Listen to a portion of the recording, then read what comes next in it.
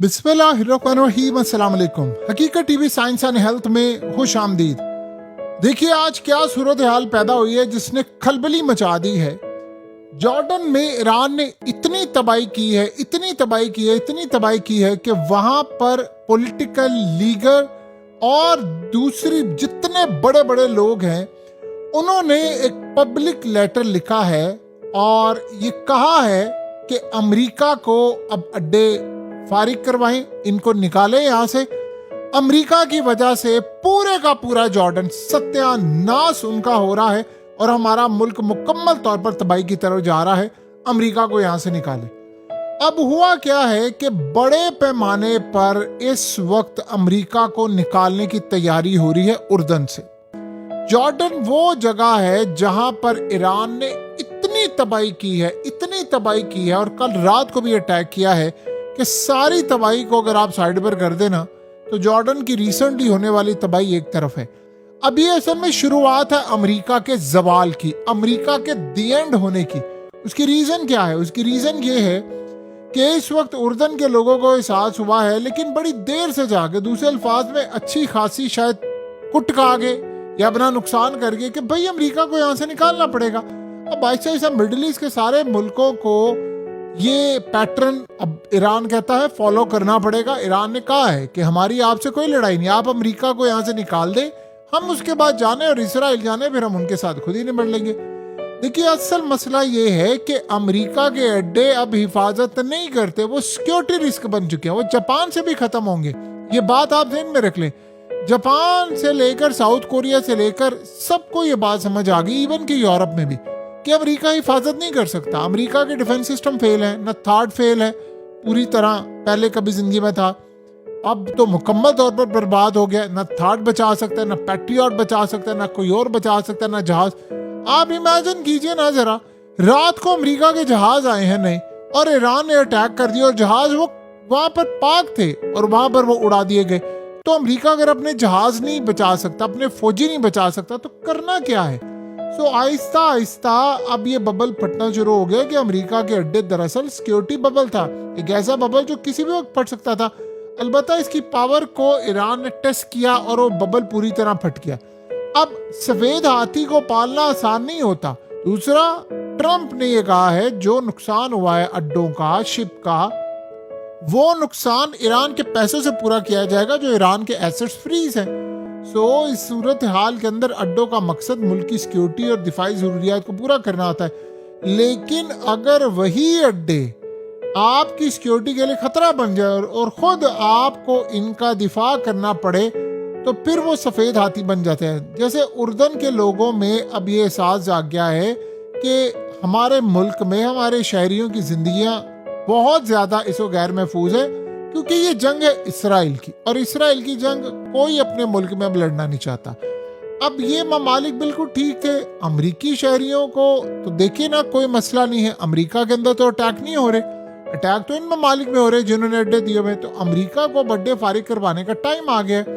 अब वो अपनी हुकूमत से लेकर हर जगह पर यूरोप में ये बात कही जा रही है कि भाई निकाले यहाँ से, क्योंकि यूरोप के लोग नहीं चाहते कि ये लड़ाई हो और ये मामला यहाँ पर आए और किसी भी वजह से यूरोप में तबाही रहे। वहां पर भी वो कह रहे हैं, उसके अलावा जॉर्डन में भी हो रहा है, अब ऐसा ऐसा सारी जगह पर हो रहा है कि भाई ये अड्डे तो हिफाजत के लिए थी, उल्टा हमें ने अड्डों की हिफाजत करना पड़ी है। और सबसे अहम पॉइंट ये था कि ईरान की स्ट्रेटजी ये है कि इतना मारो कि इनके मुल्क के अंदर ये बात आम हो जाए कि अमेरिका को फारिग करना है, कि अब अड्डे की हमारी हिफाजत क्या करें, ये तो अपने आप को नहीं बचा पा रहे। देखिए असल मसला ये है कि ईरान ने कहा है मेरी इन ममालिक से कोई लड़ाई नहीं है, अमेरिका को आप फारिग कर दें, अमेरिका के अड्डे उसकी टेक्नोलॉजी फारिग कर दें तो फिर होगा। ट्रम्प कहता था कि हम हिफाजत करेंगे। देखिए 80 ममालिक में 800 उसके अड्डे हैं, तो आप यहाँ से अंदाजा कर सकते हैं अमरीकी फौजी कहाँ पर है, अमरीकी टेक्नोलॉजी कहाँ पर है, उसका असला कहाँ पे है, उसकी इंटेलिजेंस कहाँ पर है, अमरीकी हुकूमत कहाँ पर है, क्या वो बचा पा रहे? ये सवालात अब लोग पूछ रहे हैं कि भाई ईरान अंधाधुंध हमले कर रहा है, हमले रुक नहीं पा रहे, जहाज भी तबाह हो रहे हैं, तबाही भी हो रही है, बर्बादी भी हो रही है, टूरिज्म जा रही है, सारा बेड़ा गर्क हो रहा है, एयरलाइंस की तबाही हो रही है, स्टॉक मार्केट तबाह हो रही है, और ऊपर से नेतन्याहू वो तो तैयार बैठे अटैक करने के लिए, वो तो पागल हुआ पड़ा है, वो तो चाह रहा है सारे ममालिक इस जंग में कूद पड़े। मिस्र के अंदर आप देखें ना, अब ये जो अटैक हुआ है अमेरिका के टैंकर पर, ये कहां से अटैक हुआ है, किसने किया, किसी को नहीं पता। लेकिन इस सूरत हाल में ईरान ने कहा है कि अमेरिका का साथ देने का मतलब नुकसान उठाना है और इसराइल को सपोर्ट करने का मतलब भी नुकसान उठाना है। अब उर्दन की हुकूमत के लिए जो एक चैलेंज है कि अपने मुल्क में उन्होंने अमन कायम करना है, और अमन कायम करने के लिए उनको सबसे पहले इस जंग से, यानी जो उसका आउटकम है उसे बचना पड़ेगा, क्योंकि आउटकम बड़ा नेगेटिव है। तो इस सूरत हाल के अंदर वो क्या करें, देखिए बैक एंड पर तो सारे बातचीत करे हैं, लेकिन अमेरिका के अड्डों पर जो ताबड़तोड़ हमले हो रहे हैं, बैकडोर डिप्लोमेसी अब ये बता रही है कि भाई काम नहीं हो पा रहा। यह असल में शुरुआत है। एक मुल्क से अमेरिका को फारिग किया गया ना, आप देखेंगे बाकी सारे ममालिक भी ऐसे ऐसे अमेरिका को फारिग करेंगे। ये होता है सवाल।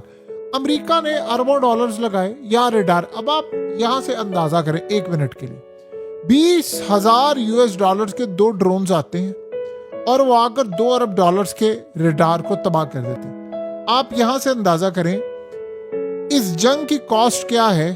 ईरान 1 रुपया लगा रहा है और अमेरिका 1,000 रुपया लगा रहा है, यानी इतनी कॉस्ट का फर्क है। ये जंग इतनी तबाहकुन है। सो इस सारी सूरत हाल में अब आप बताएं कि क्या इस मामले में अमेरिका जीत पा रहा है, क्या अमेरिका के लिए कोई सूरत हाल बेहतरी की जानिब है? सवाल ही पैदा नहीं होता। फिर सवाल यहाँ पर यह पैदा होता है कि व्हाट नेक्स्ट, क्या होगा, फिर क्या किया जाए। देखिए सबसे बड़ा चैलेंज इस वक्त अमेरिका के लिए ये बना हुआ है कि अमेरिका को अब यहाँ से फारिग होना पड़ेगा। उसके अलावा कोई सूरत हाल अमेरिका के लिए बाकी बचती हुई आपको नजर नहीं आती।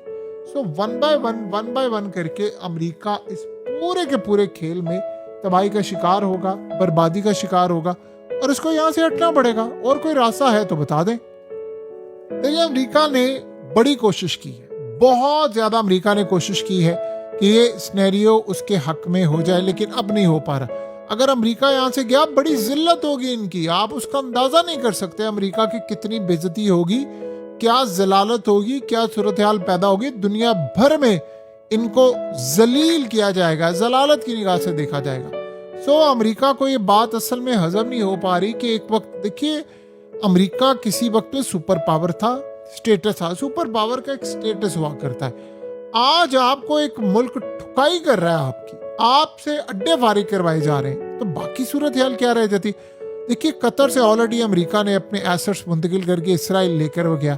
अभी चूंकि इसराइल से लड़ाई नहीं हो रही तो वो एसेट महफूज करने के लिए जॉर्डन से वो उठा रहे हैं। अब तो पहले तो ये था ना कि अमेरिका अटैक करता था तो ईरान फिर बदले में रिटेलिएट करता था। अब ईरान प्रीएम्प्टिव स्ट्राइक कर रहा है, पहले ही अटैक कर रहा है, तो बाकी सूरत हाल क्या है आप बताएं। सो इस सारे के सारे मसले में, सारे के सारे मरहले में अमेरिका को ये बात अच्छी तरह मालूम हो चुकी है कि हमें आने वाले वक्त में चीज़ें और ज़्यादा ख़राब होती हुई नज़र आएंगी, बर्बाद होती हुई नज़र आएंगी। अमेरिका को यहाँ से निकलना है, लेकिन अमेरिका यहाँ से निकला तो आप बताएं, अफगानिस्तान से पहले वो निकला, वियतनाम से निकला, अब इराक से भी वो निकल रहा है। तो जूतियां खाकर जब आप निकलेंगे तो आपकी दुनिया में क्या इज्जत होगी। अब यकीन कीजिए अमेरिका के सारे प्रेसिडेंट जितने भी आए उन्होंने बड़े बड़े ब्लंडर्स किए। जो ट्रंप कर गया है ना, इस बंदे ने अमेरिका की जो सिक्योरिटी ने एक जो भरम होता था ना, वो भरम तोड़ दिया उसने। इस बंदे ने वो अमेरिका की इज्जत का फालूदा किया। अमेरिका असल में पहले बड़ा ताकतवर था, हम मारेंगे। अफगानिस्तान का मामला डिफरेंट था। वहां क्या हुआ कि वहां अमेरिकी रहे 20-21 साल रहे, वहां पर सिनेरियो टोटली डिफरेंट था। वहां पर लड़ाई चलती रही, वो फतह नहीं कर पाए, उन्होंने अशरफ गनी की हुकूमत बनाई, ये वो सारा कुछ, और उसके बाद अफगान तालिबान ने कब्जा कर लिया। वहां सिनेरियो डिफरेंट था, वहां पर लड़ाई लंबी चली। यहाँ टेक्नोलॉजी पर मुकाबला टेक्नोलॉजी था, उसका टेक्नोलॉजी का टेक्नोलॉजी से मुकाबला था, और अमेरिका ने सारी जिंदगी यही किया। F-35 मेरे, यानी आप सोचो मार्केट के अंदर F-35 बेचता है और पूरे वर्ल्ड को ये कहता है कि F-35 लो, और बहुत सारे ममालिक लाइनों में लगे हुए हैं, लेकिन वो उनको देता नहीं। और टाइम कितना, 10-10 साल, 15-15 साल, 5-5 साल, डिपेंड करता है किसी को। अब वो F-35 ईरान अगर उसको गिरा देता है तो बताएं बाकी सूरत हाल क्या है। तो ये इस तरह के जो मामला होते हैं वो अमेरिका के लिए आसान नहीं होते, बहुत ज्यादा तबाही का बाइस बनते हैं। सो अब अमेरिका अपने अंजाम को पहुंच रहा है, और ये पहुंचना था, ये इनके करतूत है, इन्होंने नहीं पहुंचना था क्या।